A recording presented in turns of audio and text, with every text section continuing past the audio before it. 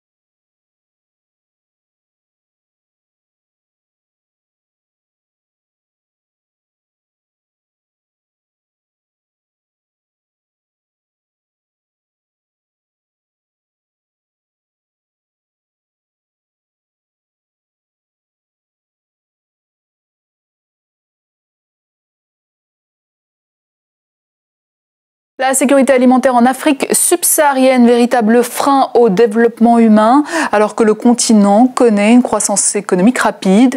Le dernier rapport du PNUD sera publié demain à Nairobi au Kenya. Il fait déjà état d'une situation de crise alimentaire dramatique. Fatouma Garba. Dans son dernier rapport sur le développement humain, intitulé « Vers un avenir en sécurité alimentaire », le PNUD, Programme des Nations Unies pour le développement, soutient que l'Afrique subsaharienne ne pourra maintenir sa croissance économique sans éliminer la faim. Près d'un quart de la population africaine est touchée par ce fléau. Il y a eu une forte croissance économique en Afrique ces 10 dernières années, d'environ 6,5%. Ceci a été persistant, même pendant la crise financière mondiale. L'Afrique a continué à se développer économiquement, mais sans aucune sécurité alimentaire. Avec plus d'une personne sur 4 de ces 856 millions de sous-alimentés, l'Afrique subsaharienne reste la région la plus exposée à l'insécurité alimentaire dans le monde. Plus de 15 millions de personnes sont actuellement à risque dans le seul Sahel à travers la ceinture semi-aride du Sénégal au Tchad. Le même nombre reste également vulnérable suite à la crise alimentaire qui a ravagé la Corne de l'Afrique l'an dernier. Pour la présidente du Libéria, la solution au problème de sécurité alimentaire en Afrique implique l'autonomisation des femmes. Le rôle des femmes dans la sécurité alimentaire, en particulier en Afrique, est essentiel. Les femmes sont les producteurs, les marchands et les sauveurs de la nourriture. Des études ont clairement démontré que si les femmes ont le même niveau d'éducation, d'accès à l'alimentation et aux moyens de production, le rendement dans les cultures est susceptible d'être supérieur à 20%. Avec une population qui devrait dépasser les 2 milliards en 2050, l'Afrique subsaharienne aura besoin de produire beaucoup plus d'aliments tout en résorbant les contraintes liées à la production agricole. Zoom à présent sur cette pratique illégale dans certaines rues de Libreville au Gabon, celle des taxis que l'on surnomme les transporteurs clando. Alors que le tarif normal est de 100 francs CFA, ces chauffeurs non enregistrés ont leur propre tarif, soit le double du tarif fixé par la loi. Une surenchère de plus en plus dénoncée par les usagers. Moïse Moukoro. Sur ces taxes routiers, les charbonnages, les carrefours Ondogo, tout semble aller à merveille.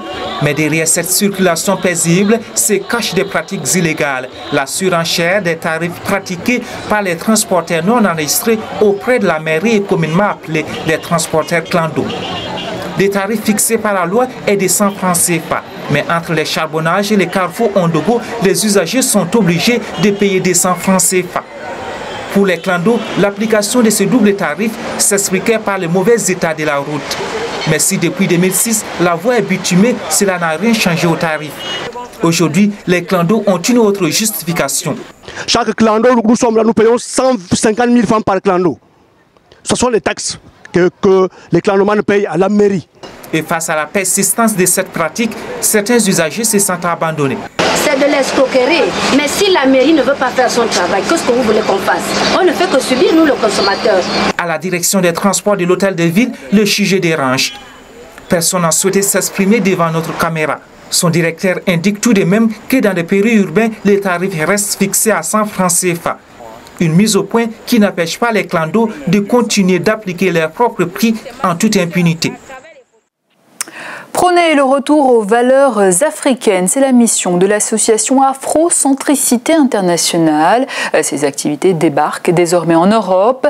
Et ce week-end, c'est la ville de Paris qui a abrité la cérémonie de lancement officielle. Paterno Ngoulou y était pour nous. La mission Afrocentricité Internationale compte désormais une représentation en Europe.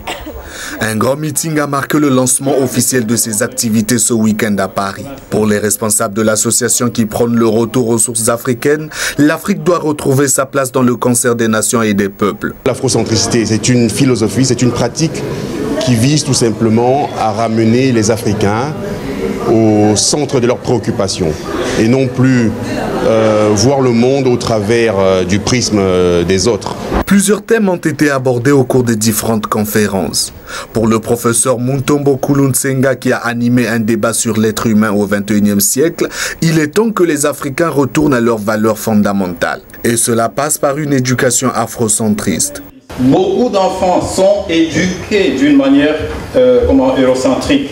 La décolonisation mentale, la décolonisation de l'histoire que l'afrocentrisme réfère, c'est un problème réel. Moi, je crois parce que je vis ces choses-là. Anna Mazama, pour sa part, on appelle à une rupture des Africains avec les religions étrangères. Nous, les Africains, nous avons du mal vraiment à nous remettre debout, à résister, parce que nous n'avons pas fait la paix avec nos ancêtres, et aussi parce que nous sommes trop souvent dans des religions étrangères qui ne nous fortifient pas sur le plan spirituel. Au discours des militants s'ajoutent les écrits. De nombreux ouvrages sur l'afrocentricité ont été mis en avant. Une exposition facilitant la rencontre entre leurs auteurs et le public. Créée il y a plus d'un an aux États-Unis, la mission Afrocentricité dispose de plusieurs représentations dans le monde. Après Paris, la prochaine rencontre se déroulera sur le continent africain. Et c'est dans quelques heures que le 7e président de la 5e République française sera investi. Et contrairement à son prédécesseur, François Hollande souhaite une passation de pouvoir tout en sobriété. Mais comment se sont passées les cérémonies depuis celle du général de Gaulle? Voici une rétrospective signée Paterno Ngoulou. Jacques Chirac, grand moment dans la vie d'Élysée, s'apprête à quitter cette maison, longuement applaudie par le personnel de l'Élysée. 16 mai 2007, l'image fait la une des médias. Nicolas Sarkozy, qui vient d'être élu président de la République, raccompagne Jacques Chirac pour sa dernière sortie. 5 ans plus tard, changement de situation. Après sa défaite, Nicolas Sarkozy quittera demain le palais présidentiel pour laisser la place à son successeur François Hollande. La cérémonie de passation de pouvoir a toujours été un moment fort dans le rituel de la 5e République.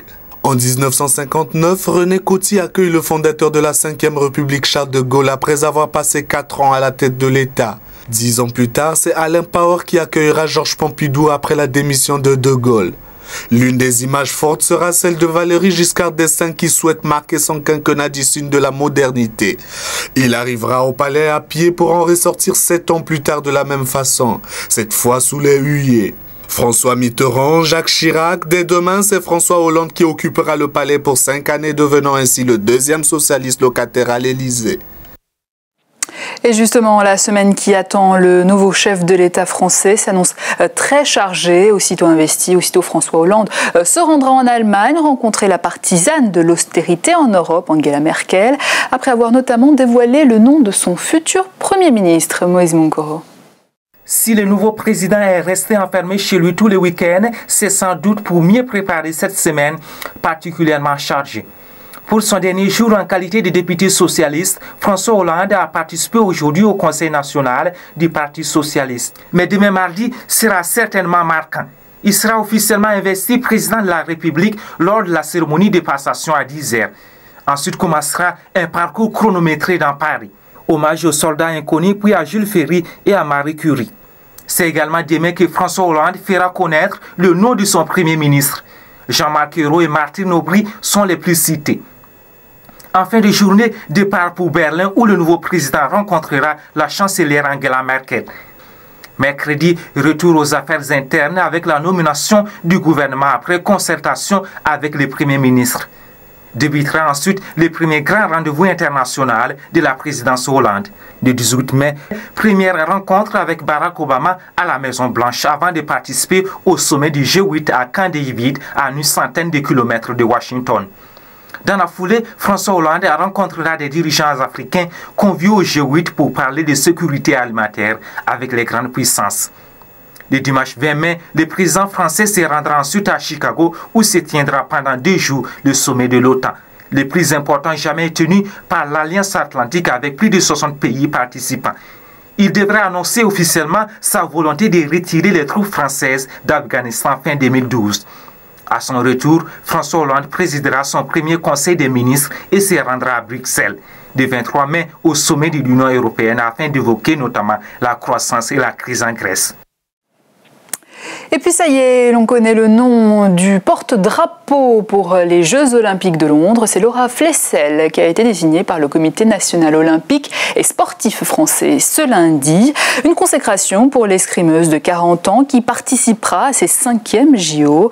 Laura Flessel sera donc la première à entrer dans le stade olympique de Londres le 27 juillet au soir lors de la cérémonie d'ouverture. Et c'est ainsi que s'achève cette édition, mais avant je vous rappelle une des informations principales développées dans ce journal. La croissance économique est bien réelle en Afrique subsaharienne et pas d'évolution sans éradiquer la faim, selon un rapport qui va être publié ce mardi à Nairobi. Et pour la présidente du Libéria, la solution à la crise alimentaire doit forcément passer par l'autonomisation des femmes. Voilà, fin de ce journal. À suivre le JT Sport avec Ahmed Parezo. Restez avec nous. Quant à moi, je vous donne rendez-vous demain pour une nouvelle édition.